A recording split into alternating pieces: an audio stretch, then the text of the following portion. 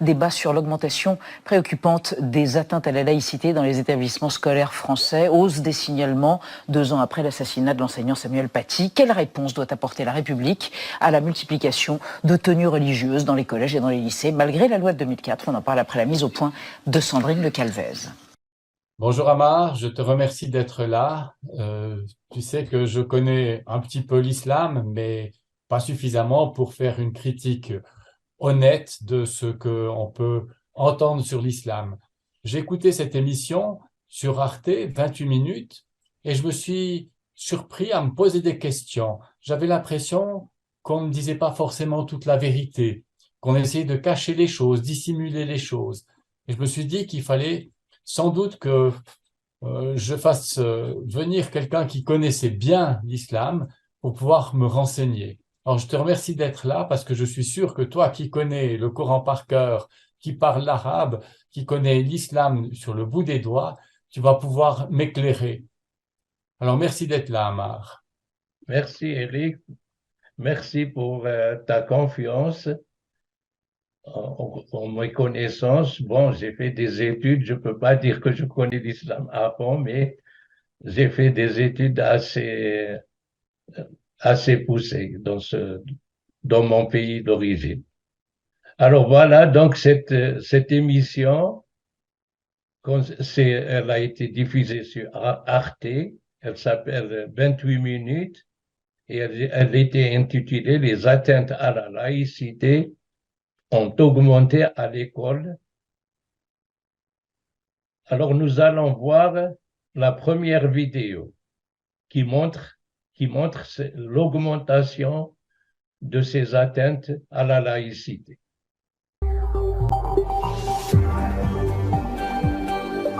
Les atteintes à la laïcité en hausse dans les collèges et les lycées. En un mois, en septembre, 313 signalements ont été recensés par des chefs d'établissement. 54% des faits concernent les signes ou les vêtements à caractère religieux.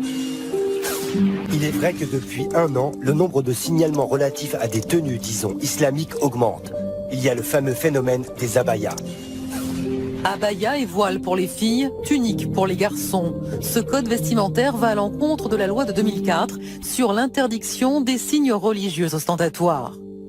Plus grave, ces derniers jours, un professeur de lycée a été menacé de mort en Alsace par la famille d'une élève pour avoir évoqué les caricatures de Mahomet.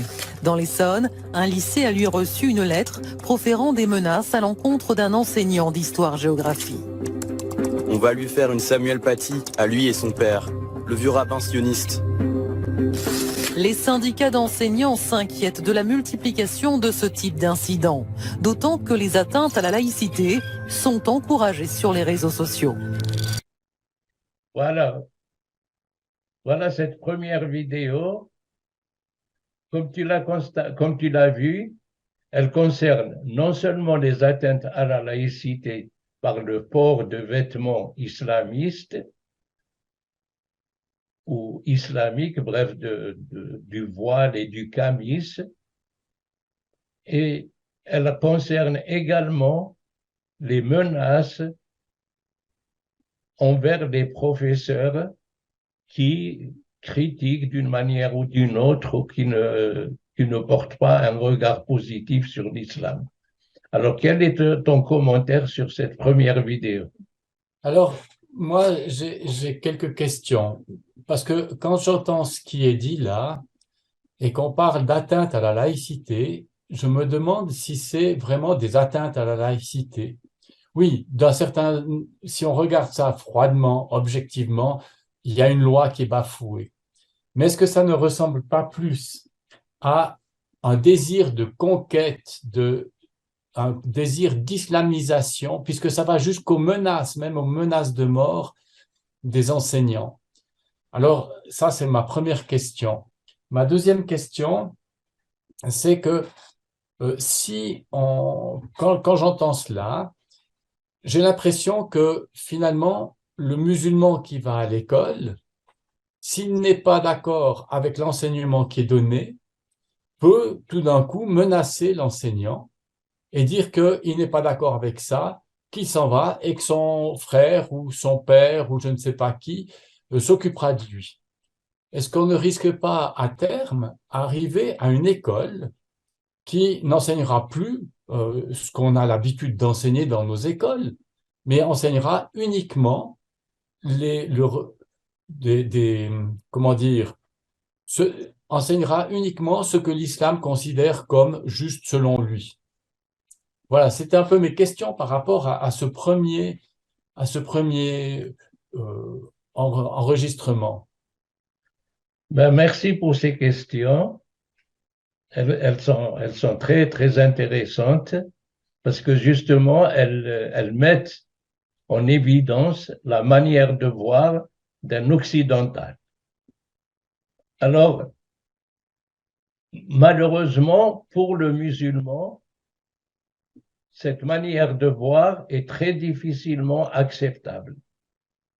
Parce que la notion de laïcité, où la religion se limite à un cadre personnel, est en contradiction totale avec l'islam. L'islam, c'est pas seulement une religion de la personne avec Dieu, mais il concerne tous les aspects de la société. Donc, l'école ne peut pas se soustraire à l'islam. Donc, l'islam, par définition, pour un musulman, il concerne aussi l'école. L'islam ne peut pas s'arrêter à la porte de l'école. D'accord. Donc, il s'agit bien d'une prise de position ou de possession de l'école. Pour eux, ce n'est pas une prise de position. Pour eux, pour les musulmans, c'est tout simplement que leur foi, ils appliquent les préceptes de leur foi, de leur religion, aussi à l'intérieur de l'école. Ça ne s'arrête pas à la porte de l'école. Mais c'est ce que je disais, c'est pas seulement une prise de position, mais une possession, de vouloir prendre autorité sur l'école. Oui, l'islam, c'est ça, parce que l'islam, c'est pas seulement une relation entre le fidèle et Dieu. Oui. Non, l'islam, c'est des lois et des préceptes qui concernent l'ensemble de la vie. Ok, merci. Voilà. Alors, maintenant, il y a une question qui ressort en Occident. Tu es d'accord? Tous les pays occidentaux, y compris la France, ils considèrent que l'enseignement du Coran est légal. Oui. D'accord? Alors Oui. maintenant, quand tu enseignes le Coran, il y a dans ce livre des prescriptions. Et les musulmans, dès la petite enfance, ils apprennent ces prescriptions et ils leur obéissent. Mm-hmm. Alors maintenant, et puis ces prescriptions, elles ne sont pas d'origine humaine. Pour les musulmans, ces prescriptions sont d'origine divine. Alors, est-ce qu'il n'y a pas une contradiction dans les pays occidentaux à laisser à la fois cet enseignement de l'islam dans les écoles coraniques, dans les instituts musulmans, et après dire aux enfants, dire aux musulmans, non, vous ne pouvez pas appliquer ce que vous avez appris dans le Coran? Oui, j'entends ce que tu dis. Pour moi, la Bible, en fait, c'est la parole de Dieu. Et je suis appelé, en tant que chrétien, comme tout chrétien, à incarner ce que je lis, c'est-à-dire aimer Dieu, aimer mon prochain comme moi-même. Mais je crois que c'est un grand débat.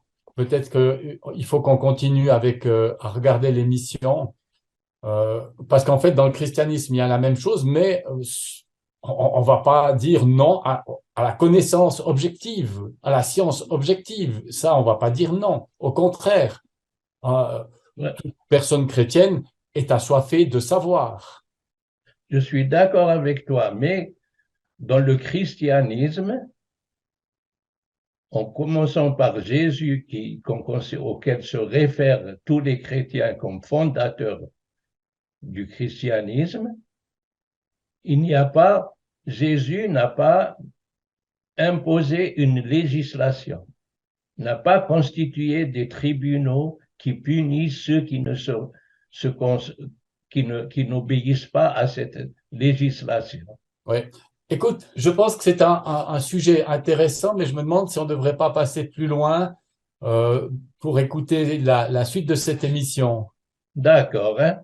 Sans ça, ouais, c'est tellement large comme domaine. Voilà. Il faudrait faire une émission sur Bible et Coran. Voilà. Donc, c'est juste pour comprendre un peu ces élèves musulmans, comment eux, ils conçoivent la chose. Ok, merci. Alors, 2 ans, jour pour jour, après la mort de Samuel Paty décapité devant son collège, y a-t-il une offensive orchestrée contre la laïcité? Qui est responsable de la montée de l'islamisme à l'école et comment y répondre? Donc là, elle parle, Oui. elle demande que peut faire l'État, la République, et puis on va voir ce que disent les participants. 3 invités pour en parler. Karine Zopardi, bonsoir. Vous êtes journaliste et vous venez de faire paraître chez Plomb avec un professeur de lettres qui reste anonyme et qui enseigne les lettres depuis 1991. Ces petits renoncements qui tuent. Et selon vous, le phénomène des abayas a émergé au printemps donc de cette année, pendant la campagne présidentielle, sans doute. Et ce sont des jeunes qui sont incités, notamment sur les réseaux sociaux, ajoutez-vous, à porter ces tenues sous prétexte identitaire. À côté de vous, Abdelali Mahmoud, bonsoir. Vous êtes imam à la Grande Mosquée de Paris et vous êtes théologien et vous êtes l'auteur du livre de l'essai L'Islam contre le radicalisme, manuel de contre-offensive, publié aux éditions du Cerf. Selon vous, ne pas arborer de signes religieux à l'école, ce n'est pas renoncer à être musulman du fait des lois de la République, mais ce serait simplement accepter que les convictions relèvent du domaine privé.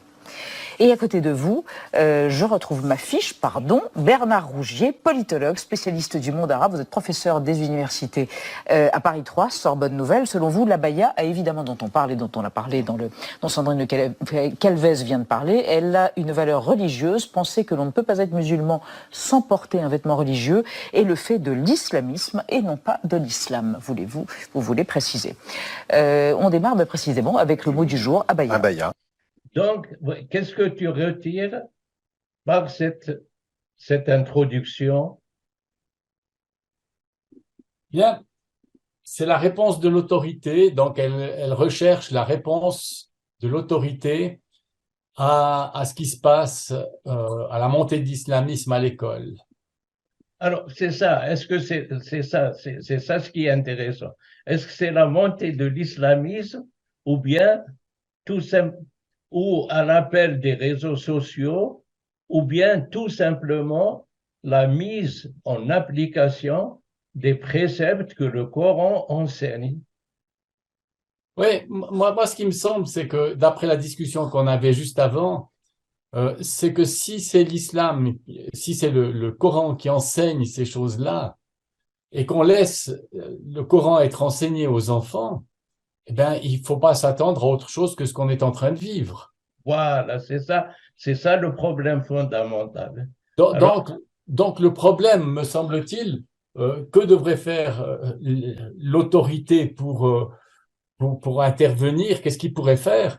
À mon avis, c'est demander qu'on supprime ou qu'on change quelque chose dans le Coran, ou je ne sais pas quoi. Moi, je ne suis pas un grand spécialiste du domaine, pour que ces choses-là n'arrivent pas et que les enfants se sentent bien à l'école, mais l'école laïque. D'accord. Mais je suis d'accord avec toi, mais la première des choses, c'est assumer que le port du voile est enseigné comme une prescription du Coran. Si dans l'émission, on n'apporte pas cette question, c'est ce qu'on va voir dans la suite. Est-ce que l'émission aborde cette question? D'accord. Alors, on regarde la suite. Abdelali Mamoun, une question très simple. Est-ce que l'abaya est un vêtement religieux? Ou est-ce que c'est plus nuancé, plus complexe que ça?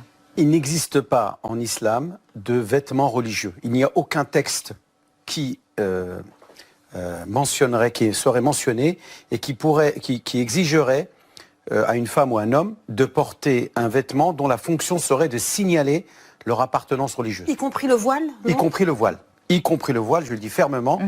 Et il n'y a jamais été question que ce voile ait pour fonction de signaler l'appartenance religieuse de celle qui le porte.